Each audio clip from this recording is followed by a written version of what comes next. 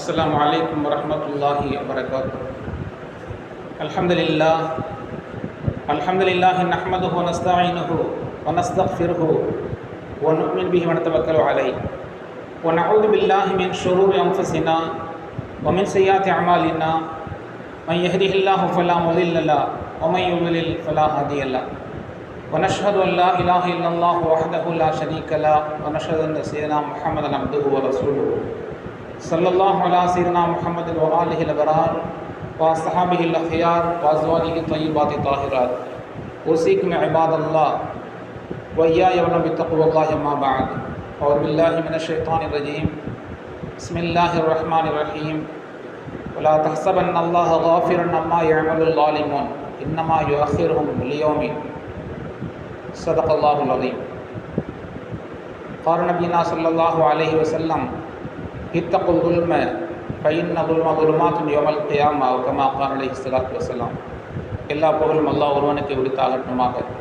ஸலாத்தும் சாந்தியும் நமது உயிரினும் மேலான தலைவர் கண்மணி முஹம்மது ரசூலுல்லாஹி ஸல்லல்லாஹு அலைஹி வஸல்லம் அன்னவர்கள் மீதிலும் அன்னவர்களை பின்பற்றிய சத்திய சஹாபாக்கள் தாபிஈன்கள் தபா தாபிஈன்கள் இறைநேச செல்வர்கள் குறிப்பாக நம்மவர்கள் அனைவர்கள் மீதிலும் என்றென்றும் உண்டாகட்டுமாக.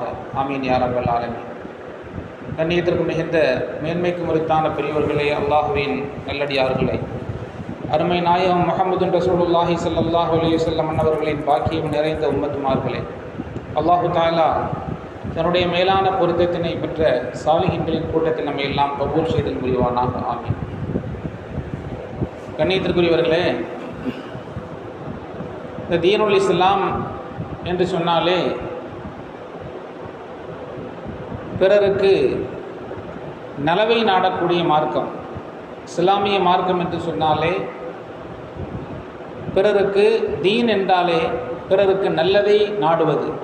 வாழ்க்கையில் எந்த நிலையிலேயும் எந்த காலத்திலேயும் ஒரு மூமின் தன் போன்ற மற்றொரு மூமினுக்கு நலவை நாடக்கூடியவராகத்தான் இருக்க வேண்டுமே அல்லாது தன் போன்ற சக மூமினுக்கும் சரி பிற மனிதர்களுக்கும் சரி என்றென்றைக்கும் நலவை நாடக்கூடியவர்களாகத்தான் இருக்க வேண்டும். அதல்லாமல் பிறரை துன்புறுத்துவது, நீதத்திற்கு புறம்பாக நடப்பது, அநீதி செய்வது என்பதெல்லாம் அது தவிர்க்கப்பட வேண்டும். அது கியாமத்துடைய நாளையிலும் சரி இந்த உலகத்திலும் சரி அதனுடைய விளைவுகள் மிக மோசமானது என்பதை நமக்கு குர்ஆனும் ஹதீஸும் சொல்லி காட்டுகிறது. கண்ணியத்துக்குரியவர்களே, அநீதம் செய்யக்கூடியவர்கள், அநீதவான்கள் கியாமத்துடைய நாளையிலே புலம்பக்கூடிய புலம்பல்களை அல்லாஹ் குர்ஆனிலே சொல்கிறான். யார் அநீதி இழைப்பவர்களாக இருந்தார்களோ இந்த உலகத்தில், வயௌம யஅல்லு ஸாலிமு அலா யதைஹி, அநியாயக்காரன் கைகடித்து கொண்டு நிற்பான் என்று அல்லாஹ் குர்ஆனிலே சொல்கிறான். தான் செய்த அநியாயத்தை நினைத்து அவனுக்கு அங்கே கிடைக்கக்கூடிய தண்டனைகள், அவனுக்கு அங்கே உள்ள ஆபத்துகளை அவன் கண்முன்னே பார்க்கின்ற போது அவன் தன்னுடைய கைகளை கடித்து கொண்டு அப்படியே பரிதவித்து நிற்பான் என்று புலம்புவான். யாலைத்தனில் அம்மத்தகிது ஃபுலானன் ஹலீலா, இன்னவனையெல்லாம் நான் நண்பர்களாக எடுத்துக்கொண்டேனே, அவனையெல்லாம் நான் நண்பனாக எடுத்துக்கொள்ளாமல் இருந்திருந்தால் இன்றைய தினத்திலே நான் நன்றாக இருந்திருப்பேனே என்று அவருடைய புலம்பல்களை குர்ஆன் சொல்கிறது. அதே போல பெருமானா ஸல்லல்லாஹு அலைஹி வஸல்லம் அவர்கள் ஒரு ஹதீஸிலே சொல்லி காட்டுவார்கள், கியாமத்துடைய நாளையிலே அல்லாஹு தஆலா சொர்க்கவாசிகள் சொர்க்கத்திற்கு என்றும் நரகவாசிகள் நரகத்துக்கு என்றும் முடிவு செய்யப்பட்ட பின்னால் சொர்க்கவாசிகளுக்கு சொர்க்கம், நரகவாசிகளுக்கு நவுதுபில்லா அல்லாஹ் பாதுகாக்க வேண்டும், அவர்களுக்கு நரகம், காஃபிர்களுக்கு என்று முடிவு செய்யப்பட்டு விட்டது. ஆனாலும் கூட அல்லாஹு தஆலா சொல்வான், நரகவாசிகளாக இருந்தாலும் சரி சொர்க்கவாசிகளாக இருந்தாலும் சரி அதற்குள் அவர்கள் நுழைய முடியாது, அதற்குள் செல்ல முடியாது. அவர்களிடத்திலே பழி வாங்குகின்ற வரை, யாருக்காவது அவர்கள் அநீதி இழைத்திருந்தால் அதற்கான பரிகாரத்தை, அதற்கான பழி தீர்க்கின்ற வரை யாரும் நுழைவதற்கு அனுமதி இல்லை என்று அல்லாஹு தஆலா சொல்வான் என்று ஹதீஸிலே நபி ஸல்லல்லாஹு அலைஹி வஸல்லம் குறிப்பிட்டு காட்டுகிறார்கள்.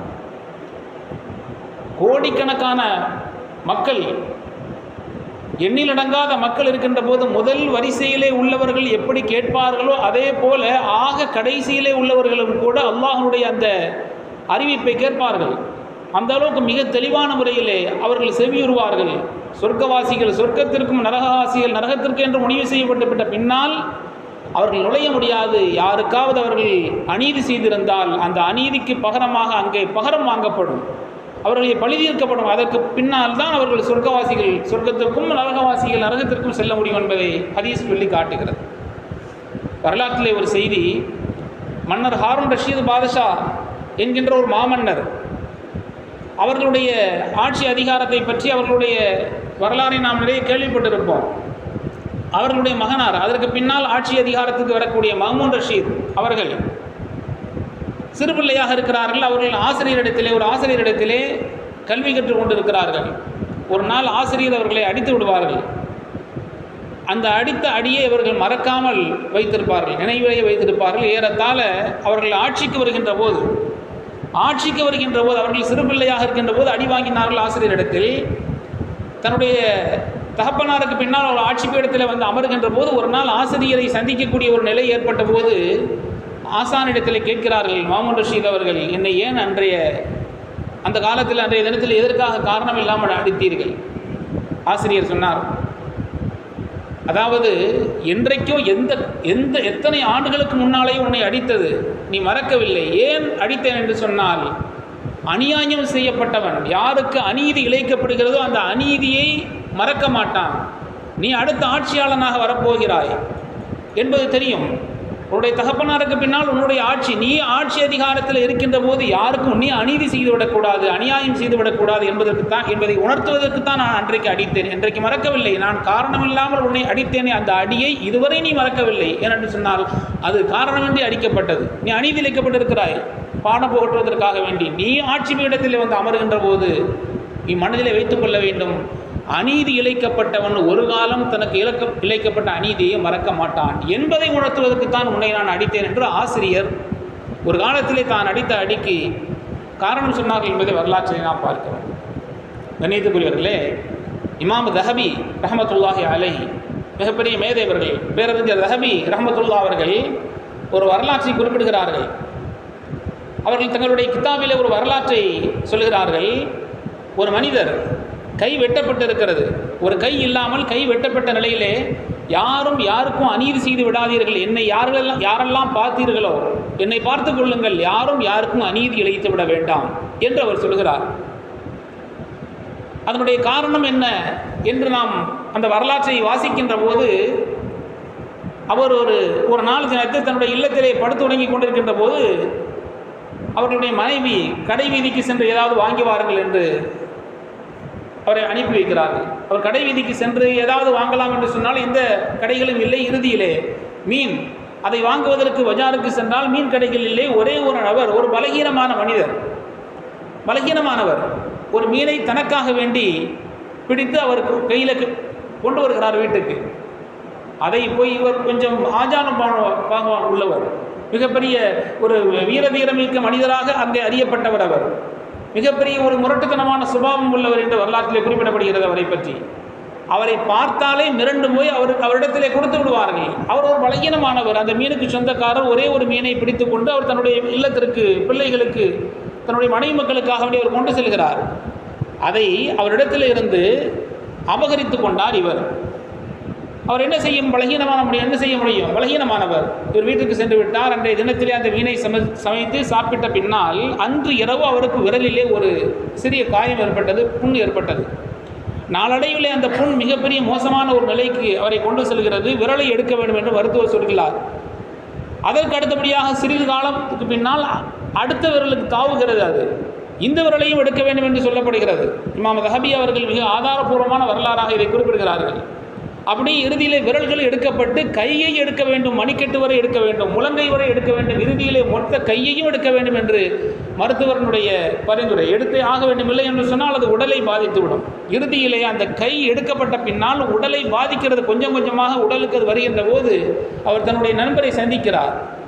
நண்பர் சொன்னார், என்னை பார்த்தால் மிக மோசமாக இருக்கிறது, ஏன் இவ்வாறு ஆகிவிட்டாய் என்ற போது அவர் ஒரு காலத்தில் நடந்த செய்தியை சொன்னார். இப்படி ஒரு நாள் ஒரு மீனை பிடித்து கொண்டு ஒரு நபர், பலகீனமானவர் சென்று கொண்டிருந்தார். ஒரு இடத்துல இருந்து நான் மீனை எடுத்துக்கொண்டேன். அவர் செய்த பதுவாவாக இருக்கலாம், அவருடைய மன வருத்தம் தான் உன்னை இப்படி ஆக்கியிருக்கிறது என்று அவர் தன்னுடைய நண்பரிடத்திலே சொல்லி அவரை அனுப்பி வைத்து அவரிடத்திலே சென்று நீ மன்னிப்பு கோரினால் உனக்கு இந்த காயம் ஆறுவதற்கு, இதிலிருந்து மேலும் நீ பாதித்து விடாமல் தப்பித்துக் கொள்வதற்கான ஒரு வழி என்னவென்று சொன்னால், நீ யாருக்கு துரோகம் செய்தாயோ அநியாயம் செய்தாயோ அவரிடத்திலே நீ செல்ல வேண்டும். இறுதியிலே அவரை தேடி அலைகிறார். ஒரு மலையடிவாரத்திலிருந்து வருகிறார். எதிர்த்தாற் போல, யா செய்தி என்னுடைய தலைவனை என்று கூப்பிடுகிறார். என்னை தெரிகிறதா யார் என்று ஒரு காலத்தில் அவருக்கு தெரியவில்லை. தன்னை அறிமுகப்படுத்திக் கொள்கிறார். ஒரு காலத்தில் நீ மீனை பிடித்து கொண்டு ஒரு நாள் உன்னுடைய மனைவி மக்களுக்காக வேண்டி சென்று கொண்டிருந்தாய். உன்னிடத்தில் இருந்து எனக்கு அப்போது இருந்த அந்த கம்பீரம், அந்த ஒரு திடத்தின் காரணத்தினால், புஜ வலிமையின் காரணத்தினால் உன்னிடத்திலிருந்து நான் அதை அபகரித்து கொண்டேன். அதனால் எனக்கு இப்படிப்பட்ட ஒரு நிலை ஏற்பட்டுவிட்டது. என்னை நீ மன்னித்துக்கொள் என்று அவரிடத்திலே மன்னிப்பு அவர் விளங்கி கொண்டார். யார் என்று விளங்கி கொண்ட பின்னால் அவரிடத்தில் இவர் மன்னிப்பு கோருகிறார். மன்னிப்பு கோரிய பின்னால் அவர் எப்படி துவா செய்தார் என்று சொன்னால், இவர் அபகரித்த போது அவர் கேட்ட துவா என்னவென்று சொன்னால், யா அல்லாஹ், என்னை இவர் மிரட்டி இவ்வாறு அநியாயம் செய்து விட்டார். என்னிடத்திலிருந்து எனக்கு நீ கொடுத்த ரஸக்தனி, எனக்கு நீ ரிஸ்க் கொடுத்தாய், அந்த ரிஸ்கை என்னிடத்திலிருந்து இவர் பிடுங்கி கொண்டார். உன்னுடைய ஆற்றலை நீ அவர் மீது காண்பிப்பாயாக, உன்னுடைய வலிமையை நீ அவர் மீது காண்பி என்றுதான் துவா செய்தார். அல்லாஹு தாலா வலிமையை காட்டினார். அவரால் தாங்க இயலவில்லை. இறுதியிலே அவருக்கு அவரை மன்னித்தார். அந்த மனிதர் என்று வரலாற்றில் நாம் பார்ப்போம். அதற்கு பின்னால் அவருடைய நிலைப்பாடுகள் சரியானது. இதுதான் நபி ஸல்லல்லாஹு அலைஹி சொன்னார்கள், அநீதத்தை நீங்கள் பயந்து கொள்ளுங்கள், அநீதம் இழைப்பதை பயந்து கொள்ளுங்கள் என்று நபி ஸல்லல்லாஹு அலைஹி வஸல்லம் நமக்கு அறிவுறுத்தி காட்டினார்கள். அல்லாஹு தாலா நாமெல்லாம் செய்யக்கூடிய அநியாயங்கள், மனித படைப்புகள் யதார்த்தத்தில் மனிதனுடைய சுபாவத்திலே அவ்வாறு ஒரு நிலைக்கு ஆளாக வேண்டி நேரிடும். ஆனால் அல்லாஹ் சொல்கிறான், வலா தஹ்ஸபன்னல்லாஹ காஃபிரன் அம்மா யஅமலுல் ஸாலிமூன், அநியாயக்காரர்கள் அவர்கள் செய்யக்கூடிய அநியாயத்திலிருந்து அல்லாஹ் தஆலா ஏதோ கண்டுகொள்ளாமல் பொடுபோக்காக இருக்கிறான் என்று நீங்கள் அல்லாஹ்வை நினைத்து விடாதீர்கள். இன்னமா யுஅக்கிருஹும் லியௌமின், அல்லாஹ் தஆலா ஒரு நாள் வைத்திருக்கிறான். அந்த நாளுக்காக வேண்டி உங்களை தாமதப்படுத்தி கொண்டே வருகிறான். ஒரு நாளிலே பிடிப்பது என்பது அல்லாஹ்வுடைய வழிமுறை. அது அல்லாஹ் ஒரு நாளை வைத்திருக்கிறான். நிச்சயமாக அந்த நாளில் பிடித்தே தீருவான், யாரும் தப்ப முடியாது. அதற்காக வேண்டி அல்லாஹ் தஆலா உங்களை விட்டு பிடிக்கிறான். அந்த நாள் வந்துவிட்டால் யாரும் தப்ப முடியாது என்பதை அல்லாஹ் அருள்மறை குர்ஆனிலே சொல்லி காட்டுகிறான். கண்ணியத்துக்குரியவர்களே, நாம் மிகுந்த கவனத்தோடு செயல்பட வேண்டிய ஒரு விஷயம் அது. இன்றைக்கு எவ்வளோ அநியாயங்கள் செய்யப்படுகிறது முஸ்லிம்களுக்கு எதிராக. ஆட்சி பீடத்தில் வந்து அமர்ந்து விட வேண்டும் என்று துடிக்கிறார்கள். எப்படியாவது இவர்களை கழித்து கட்டினால் நாம் ஆட்சி பீடத்தில் அமர்ந்து விடலாம். யாரெல்லாம் நமக்கு பாதகமாக இருக்கிறார்களோ அவர்களெல்லாம் ஒழித்து கட்ட வேண்டும். தேவைப்பட்டால் வாக்காளர் பட்டியலிலே சேர்க்க வேண்டும், தேவைப்பட்டால் நீக்க வேண்டும். போலியானவர்களை சேர்ப்பது, அதிலே உண்மையானவர்களை கழித்து கட்டுவது என்று எதுவெல்லாம் நமக்கு ஆகாதோ, யாரெல்லாம் நமக்கு பாதகமானவர்களோ அவர்களெல்லாம் ஒழித்து கட்ட வேண்டும். சாதகமானவர்களை அதிகமாக சேர்க்க வேண்டும். ஆனால் இது அல்லாஹ்விடத்திலே ஒரு நாள் நிச்சயமாக இது தப்ப முடியாது. அல்லாஹ் அநியாயக்காரர்களை ஒரு காலமும் விடமாட்டான். ஆனால் நாம் செய்ய வேண்டியது, நம்மால் இயன்றவரை எதிர்த்து போராட வேண்டும், அநியாயத்தை எதிர்த்து போராட வேண்டும் என்று குர்ஆன் சொல்கிறது. கண்ணியத்துக்குரியவர்களே, ஏனென்று சொன்னால் அநீதம் என்பது அநியாயக்காரனை மாத்திரம் அது பிடிக்காது. அல்லாஹ்வுடைய தண்டனை என்பது இறங்கிவிட்டால் அநியாயக்காரர்களை மாத்திரமல்ல, அநியாயம் செய்யாதவர்களையும் அது பிடிக்கும். குர்ஆனிலே ஒரு வசனம் இருக்கிறது, வத்தகு ஃபித்னத்தல் லா துஸீபன்னல்லதீன ஸலமு மின்கும் ஹாஸா, வத்தகு ஃபித்னத்தல் லா துஸீபன்னல்லதீன ஸலமு மின்கும் ஹாஸா. அநியாயம் செய்தவர்களை மாத்திரம்தான் அல்லாஹ்வுடைய அந்த தண்டனை என்பது, அல்லாஹ் பிடிக்க தொடங்கிவிட்டால் அல்லாஹ்வுடைய தண்டனை, அவனுடைய சோதனை அநியாயம் செய்தவர்களை மாத்திரம்தான் பிடிக்கும் என்று நீங்கள் நினைத்துக் கொள்ளாதீர்கள். அல்லாஹ் சொல்கிறான், மற்றவர்களையும் சேர்த்து தான் அது பாதிக்கும். அதனால் தான் அநியாயத்தை எதிர்த்து போராட வேண்டும் குர்ஆன் சொல்கிறது.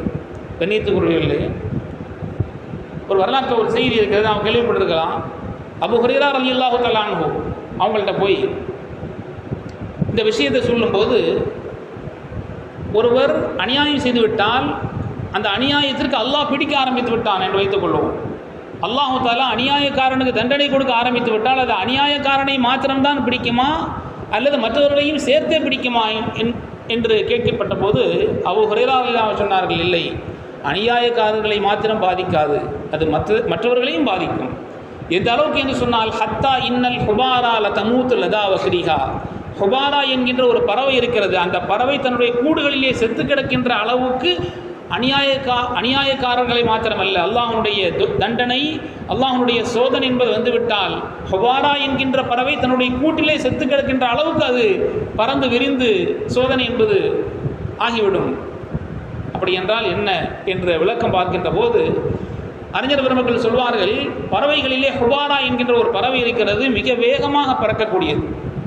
சில மணி நேரங்களிலே 100 கணக்கான மைல்களுக்கு அப்பால் பறந்துவிடக்கூடியது. எங்கே இருந்தாவது தானியங்களை அது சாப்பிட்டுவிடும், எங்கிருந்தாவது தன்னுடைய இறைகளை தேடி எடுத்துக்கொள்ளும். சில மணி நேரங்களில் 100 கணக்கான மைல்களுக்கு அப்பால் பறக்கக்கூடியது. சில நேரங்களில் அந்த பறவைகளை அறுத்து பார்த்தால் அதனுடைய இறைப்பையிலே சில தானியங்கள் செரிமானமாகாமல் இருக்கும். செரிமானம் ஆகாமல் இருக்கிறது என்பதற்காக வேண்டி ஏதோ இங்கு அருகாமையிலே அது உண்டது என்று நீங்கள் நினைத்துக் கொள்ளாதீர்கள். 100 கணக்கான மைல்களுக்கு அப்பால் அது உண்டதாக இருக்கும். அது செரிப்பதற்கு முன்னால் வேகமாக பறந்து வந்துவிடும். அந்த அளவுக்கு ஆற்றல் பெற்ற ஒரு பறவை தான் ஹுபாரா என்கின்ற பறவை. அப்படிப்பட்ட ஆற்றல் சில மணி நேரங்களில் 100 கணக்கான மைல்களுக்கு அப்பால் சென்று இரையை தேடக்கூடிய வலிமை பெற்ற அந்த ஹுபாரா என்கின்ற பறவையும் கூட பல இடங்களில் தேடி தேடி உணவு கிடைக்காமல் பஞ்சத்தினால் அல்லாஹ் தஆலா அநியாயக்காரர்களை பிடிக்க ஆரம்பித்து விட்டால் அதனால் ஏற்படக்கூடிய பஞ்சம் பற்றி கஷ்டத்தினால் எங்கும் உணவு கிடைக்காமல் மறுபடியும் தன்னுடைய கூண்டுக்கே வந்து அது செத்து கிடக்கின்ற அளவுக்கு நிச்சயமாக அல்லாஹ் தஆலா பிடிக்க ஆரம்பித்து விட்டால் ஹத்தா இன்னல் ஹுபாரா லா தமூது லதா வக்ரிஹா, ஹுபாரா என்கின்ற பறவையும் கூட தன்னுடைய கூண்டிலே செத்து கிடக்கின்ற அளவுக்கு அல்லாஹ் தஆலாவுடைய சோதனை என்பது பிடித்துக் கொள்ளும் என்று அபூ ஹுரைரா ரலியல்லாஹு தஆலா அவர்கள் விளக்கம் சொல்வார். கண்ணியத்துக்குள்ளே சோதனை என்பது இதுதான், அல்லாஹுடைய பிடி என்பது இப்படித்தான் இருக்கும். எனவே தான் அநீதத்தை நீங்கள் பயந்து கொள்ளுங்கள் என்ற குர்ஆனும் ஹதீஸும் நம்மை வலியுறுத்தி சொல்லி காட்டுகிறது. கண்ணியத்துக்குரியவர்களே, எந்த அளவுக்கு நமக்கு அநியாயம் செய்யப்படுகிறதோ அதை எதிர்த்து நாம் போராட வேண்டும். மிக நுணுக்கமான முறையில் இதை நாம் கையாள வேண்டும். எப்படி நம்மளை வெட்டி ஒதுக்க வேண்டும் என்று நினைக்கிறார்களோ, எப்படி நம்மளை கழித்து கட்ட வேண்டும் என்று நினைக்கிறார்களோ, அந்த அளவுக்கு அவர்கள் சிந்திப்பதை விட நாம் நுணுக்கமாக சிந்தித்து அதை நாம் நம்முடைய எந்த ஓட்டும் நம்முடைய உரிமை நம்மை பறிக்கப்படாமல் நாம் நம்மை பாதுகாத்துக் கொள்வதற்கு எவ்வளவு முயற்சிகள் எடுக்க வேண்டுமோ அவ்வளோ முயற்சிகள் நாம் எடுக்க வேண்டும். கண்ணியத்துக்குரியவர்களே, ஒரு அரபுலகத்தில் ஒரு மன்னர், அவருடைய காலத்தில் ஒரு நபர், ஒரு வியாபாரி, அவர்கிட்ட அவர் கொண்டு போய் கொண்டிருக்கக்கூடிய ஒரு பொருளாதாரத்தை பறித்துவிட்டு வழிப்பறி கொள்ளையர்கள் ஓடிவிட்டார்கள். இதை மன்னரிடத்தில் போய் சொல்ல வேண்டும், ஆட்சி அதிகாரம் செய்யக்கூடிய ஆட்சியாளரிடத்தில் போய் சொல்ல வேண்டும். ஆனால் அவரை சட்டென்று அணுக முடியாத, அவருடைய இல்லத்துக்கு அவ்வளோ சீக்கிரம் அனுமதி கிடைக்காது. அவர் பார்த்தார், எவ்வளோ முயற்சி பண்ணி எங்கள் மன்னர்கிட்ட போய் சொல்லி அதனுடைய யார் பறித்தார்களோ அது பறிக்கப்பட்ட அந்த பொருளையும் பறித்தவரையும் நாம் திரும்ப பெற்றுக்கொள்ளலாம், பறித்தவருக்கு தண்டனை, பறிக்கப்பட்ட பொருள் நமக்கு கிடைத்து விடும் என்பதற்காக வேண்டி அவர் சில கதவுகளை அரசருடைய அரச மாளிகையினுடைய கதவை தட்டுவதற்காக வேண்டி அவர் எவ்வளவு முயற்சித்தும் அவருக்கு முடியவில்லை. கடைசியில் வீதியிலே நின்று குதர்க்கமான முறையிலே சில வார்த்தைகளை சொன்னார். அல்லாஹ்வுக்கு இல்லாததெல்லாம் எனக்கு இருக்குது, அல்லாஹ்வுக்கு இல்லாததெல்லாம் எனக்கு இருக்குது, நான் சத்தியத்தை வெறுக்கிறேன், சத்தியத்தை வெறுக்கிறேன், ஃபித்னாவை பிரியப்படுகிறேன், அல்லாஹ்வுக்கு இல்லாததெல்லாம் எனக்கு இருக்குது, ஒது இல்லாமல் தொழுகிறேன் அப்படின்லாம் சொன்னார். எல்லா மக்களும் வித்தியாசமாக பார்த்தாங்க. குதர்க்கமாக என்னெல்லாமோ சொல்கிறார். திடீர்னு அதாவது ஏருக்கு மாறாக பேசினா எப்படி இருக்கும்? அல்லாஹ்வுக்கு இல்லாததெல்லாம் எனக்கு இருக்குது, நான் சத்தியத்தை வெறுக்கிறேன், ஃபித்னாவை பிரியப்படுறேன் சொன்ன உடனே எல்லாரும் மக்கள்லாம் சூழ்ந்துட்டாங்க. என்னமோ ஏதோ தெரியல சொல்லி இவரை பிடிச்சி கொண்டு மன்னருடைய தர்பாரில் கொண்டு விட்டாங்க. என்னப்பா சொல்கிற, என்ன இல்லாததெல்லாம் நீ சொல்கிறியாமே, அல்லாஹ்வுக்கு இல்லாததெல்லாம் எனக்கு இருக்குது, சத்தியத்தை வெறுக்கிறேன், ஃபித்னாவை பிரியப்படுறேன். சத்தியத்தை யார் வெறுப்பான்? ஃபித்னாவை பிரியப்படலாம். ஃபித்னா என்று சொன்னால் அல்லாஹ் தஆலா அருள்மறை குர்ஆனிலே ஃபித்னா என்பதற்கு கொலை என்று அர்த்தம் சொல்கிறான். ஃபித்னா கொலை, கொள்ளை, குழப்பங்கள். ஃபித்னா என்று சொன்னால் குழப்பம், கொலை, கொள்ளை, இது மாதிரியான பல்வேறு குழப்ப நிலைகளுக்கு சொல்லப்படக்கூடியது தான் ஃபித்னா. இப்படி ஃபித்னாவை நீ பிரியப்படுறேன்னு சொல்கிற, சத்தியத்தை வெறுக்கிறேன்னு சொல்கிற, இதெல்லாம் தகுமான வார்த்தை இல்லையப்பா, என்னப்பா? இல்லை, நான் உண்மையை தான் சொன்னேன் அப்படின்னு அவர் சொன்னார். அந்த பொருளாதாரத்தை பறி கொடுத்தவர், நான் உண்மையை தான் சொன்னேன். உண்மையை தான் சொன்னியா? அப்படியா? இல்லை, எனக்கு என்னுடைய பொருளாதாரத்தை திருடிட்டு போயிட்டார் ஒரு ஆள், வழிப்பறி பண்ணிட்டு போயிட்டார், அதை எனக்கு மீட்டு தரணும். மன்னர் சொன்னார், நீ சொல்வதற்கு விளக்கம் அளித்தால் நிச்சயமாக உனக்கு உண்டு, அதற்கான நீ எதை இழந்தாயோ அது உனக்கு மீட்டு தரப்படும் என்று சொன்னார். உடனே அவர் விளக்கம் சொல்ல ஆரம்பித்தார். அல்லாஹுக்கு இல்லாததெல்லாம் இருக்குன்னு நான் சொன்னது, அல்லாஹுக்கு மனைவி மக்கள் கிடையாது, எனக்கு இருக்குது அப்படின்னார். அந்த நுணுக்கம் அவருக்கு இருந்த அந்த தீட்சண்யமான அறிவு. அல்லாஹுக்கு மனைவி மக்கள் இல்லை, அல்லாஹு சமத், லம் எலித் வலம் யூலத், அல்லாஹ் தேவையற்றவன், லம் எலித் வலம் யூலத் வலம் யகுல் லஹு குஃபுவன் அஹத், அவனுக்கு நிகராக யாரும் இல்லை. அல்லாஹுக்கு இல்லாதெல்லாம் இருக்குன்னு நான் சொன்னது, அல்லாஹுக்கு மனைவி மக்கள் இல்லை, எனக்கு இருக்குதுன்னு சொன்னார். சத்தியத்தை வெறுக்கிறேன் அப்படின்னா அல்லாஹு தஆலா சத்தியம், ஹக்கு, மரணத்திற்கு ஹக்குன்னு ஒரு பேர் இருக்குது. வஜாத் சக்கரத்தில் மௌத்து பில் ஹக், மரணத்திற்கு சத்தியம். ஹக் என்ற ஒரு மௌத் என்று சொன்னால் எப்படி மரணம் என்ற அர்த்தம், அதுபோல் ஹக் என்று சொன்னால் மரணம். சத்தியமாக மரணம் வந்தே தீரும் என்ற காரணத்தினால் அந்த பேர் அதுக்கு வைக்கப்பட்டிருக்கிறது. யார் தான் மரணத்தை பிரியப்படுவாங்க? நான் மரணத்தை வெறுக்கிறேன் அப்படின்னு. ஃபித்னாவை பிரியப்படுறேன் அப்படின்னு சொல்கிறியப்பா. அல்லாஹ் குர்ஆனில் இன்னமா அம்வாலுக்கும் அவுலாதுக்கும் ஃபித்னா, உங்களுடைய பொருளாதாரமும் உங்களுடைய பிள்ளைகளும் ஒரு விதமான குழப்பம். உங்களுக்கு கொடுக்கப்பட்டிருக்கக்கூடிய பொருளாதாரம் ஒரு ஃபித்னா தான், உங்களுக்கு கொடுக்கப்பட்டிருக்கக்கூடிய மனைவி மக்கள் பிள்ளைகள் ஃபித்னா தான். நான் மனைவி மக்களை பிரியப்படுறேன், அதனால் நான் ஃபித்னாவை பிரியப்படுறேன் அப்படின்னு சொன்னேன். உது இல்லாமல் தொழுகிறேன்னு சொல்கிறீ, உது இல்லாமல் அப்படி தொழலாமா அப்படின்னு. உசல்லி அரபியில் உசல்லி பெகைரி உதுவின், உது இல்லாமல் நான் தொழுகிறேன். அந்த உசல்லிக்கு ரெண்டு அர்த்தம் இருக்குது. உசல்லின்னு சொன்னால் உசல்லி இல்லாஹி தாலா நம்ம நியத்து வைக்கிறோம் இல்லையா, அல்லாஹுக்காக வேண்டி தொழுகிறேன்னு. அந்த உசல்லின்னு சொன்னால் தொழுகிறேன்னு அர்த்தம் வைக்கலாம், நபி ஸல்லல்லாஹு அலைஹி வஸல்லம் மீது ஸலவாத்து சொல்கிறேன் அப்படின்னு அர்த்தம் வைக்கலாம். ரெண்டுக்கும் ஒரே வார்த்தை தான், அர்த்தம் வெவ்வேறு, ஆனால் வார்த்தைகள் ஒன்று தான். உசல்லி தொழுகிறேன், உசல்லி ஸலவாத்து சொல்கிறேன். நான் சொன்னது அந்த அர்த்தத்தில் இல்லை, தொழுகிறேங்கிற அர்த்தத்தில் கிடையாது. உசல்லி வெகைர் உது இல்லாமல் நான் ஸலவாத்து சொல்வது அனுமதி, உது இல்லாமல் ஸலவாத்து சொல்லலாம், அதுதான் அப்படி சொன்னேன் அப்படின்னார். இறுதியிலே வேறு ஒன்றும் பேச முடியாமல் அவர் எதை இழந்தாரோ அதை மன்னர் அவருக்கு கொடுத்து அனுப்பினார் என்பது வரலாறு. அந்த வாசலை தட்ட முடியல, முறையிட முடியவில்லை, தான் பாதிக்கப்பட்டிருக்கிறார், அதை போய் சொல்ல வேண்டும் மன்னரிடத்தில், அதற்கான வழி இல்லாமல் இருந்தது. உடனே அவர் சிந்தித்தார், எப்படி நம்மை தயாரித்து கொண்டால் அரச மாளிகைக்குள்ளே நுழையலாம். உடனே அவர் சிந்தித்தார், இது மாதிரியான வார்த்தைகளை அவர் மொழிந்தார். அவரை தானாக மக்கள் எல்லாம் கொண்டு போய் ஏதோ குழப்பம் பண்ணுறாரு, இவர்கிட்ட என்னென்னு கேளுங்கன்னு கொண்டு விட்டாங்க. இந்த நுணுக்கம் நம்மிடத்தில் வேண்டும். கண்ணியத்திற்குரியவர்களே, நம்மை எதிரிகள் வீழ்த்த நினைக்கிறார்கள், நம்மை கழித்து கட்ட வேண்டும் என்று நினைக்கிறார்கள். அதற்கு தகுந்தாற் போல நாம் அவர்களை விட அதிகமாக சிந்தித்து இதை எதிர்கொள்ள வேண்டும் என்பதுதான் நமக்கு சொல்லப்பட்டிருக்கக்கூடிய மார்க்கம் சொல்லித்தரக்கூடிய செய்தி, அறிவுரை. குர்ஆன் ஹதீஸினுடைய ஒளியிலே நாம் பார்த்தால் நாம் நம்மை சித்தப்படுத்திக் கொள்ள வேண்டும். இது மாதிரியான எதிரிகளை அநியாயங்களை எதிர்ப்பதற்கு, எதிரிகளை நாம் சந்திப்பதற்கு. எனவே அல்லாஹு தாலா அதற்கான வலிமையை தந்தல் புரிவானாக. இது மாதிரியான அநீதங்களிலிருந்து அல்லாஹ் நம்மை, அநியாயக்காரர்களிலிருந்தும் அநீதத்திலிருந்து அல்லாஹ் நம்மை பாதுகாப்பானாக. வேதனைகளிலிருந்தும் சோதனையிலிருந்து நிம்மதியை தருவானாக. நீண்ட நெடிய நாட்கள் நோய் நொடிகள் இல்லாமல் உடல் ஆரோக்கியத்தோடு மன நடைவோடு இன்பத்தோடு அல்லாஹ்வை நின்று வணங்கி வழிபட்டு வாழும் நசீபையும் பாக்கியத்தையும் அல்லாஹ் நமக்கும் நம்மை ஈண்டெடுத்த தாயந்தேர்கள், மனைவி மக்கள், உற்றார் உறவினர்கள் யாவர்களுக்கும் தந்தல் புரிவானாக. வாழ்வின் எல்லா நிலைகளிலும் வாழ்ந்து காட்டிய வள்ளல் முஹம்மது ரசூலுல்லாஹி ஸல்லல்லாஹு அலைஹி வஸல்லம் அன்னவர்கள் வழி நின்று ஈருலகத்திலையும் வெற்றி பெற்றார்களே, அப்படிப்பட்ட நன்மக்களின் கூட்டத்தில் அல்லாஹு தஆலா நம்மையும் நம்முடைய சந்ததியும் கபூல் செய்தல் புரிவானாக என்ற நல்ல துஆக்களோடு என்னுடைய வார்த்தைகளை நிறைவு செய்கிறேன். வாஹிர் தாவானா அல்ஹம்துலில்லாஹி ரப்பில் ஆலமீன். அஸ்ஸலாமு அலைக்கும் வரஹ்மத்துல்லாஹி வபரகாத்துஹு.